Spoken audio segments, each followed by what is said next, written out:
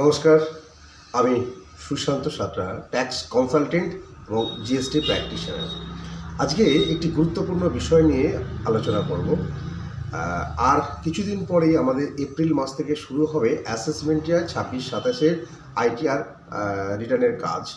তো তার আগে একটা গুরুত্বপূর্ণ বিষয়, যারা এখনও 2025 এবং 26 সালের রিটার্ন ফাইল করেননি তাদের জন্য একটা সুবর্ণ সুযোগ আছে। আপনারা এখনও 2025 এবং 26 অ্যাসেসমেন্ট ইয়ারের আপডেটেড রিটার্ন সাবমিট করতে পারবেন।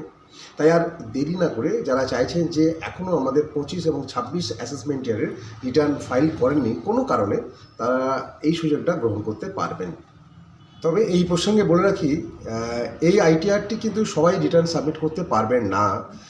বিশেষত আপনি যদি ভেবে থাকেন যে আপনার কিছু টিডিএস ক্লেম বাকি ছিল, আমি সেই কারণে আইটি ফাইলটা সাবমিট করে রিটার্নটা ক্লেম করতে চাই, তাহলে আপনি করতে পারবেন না। যদি মনে করে থাকেন যে আপনার ট্যাক্স লায়াবিলিটিস যেটা কতবারে গেছে, বেশি হয়ে গেছে, আমি সেটাকে রিডিউস করতে চাই, কমাতে চাই, তাহলে সেক্ষেত্রে আপনি সেটা করতে পারবেন না।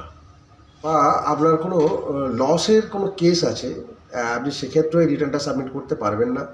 বা আপনার সার্চ, সার্ভে বা প্রসিকিউশন এই আন্ডারে যখন কোনো রকম বিষয় রয়েছে, আপনি রিঅ্যাসেসমেন্ট করতে চাইছেন, সেক্ষেত্রে কিন্তু আপনি করতে পারবেন না। যারা আইটিআর 2025 এবং 26 সালে সাবমিট করেননি, একমাত্র তারাই এই কাজটা করতে পারবেন। নমস্কার।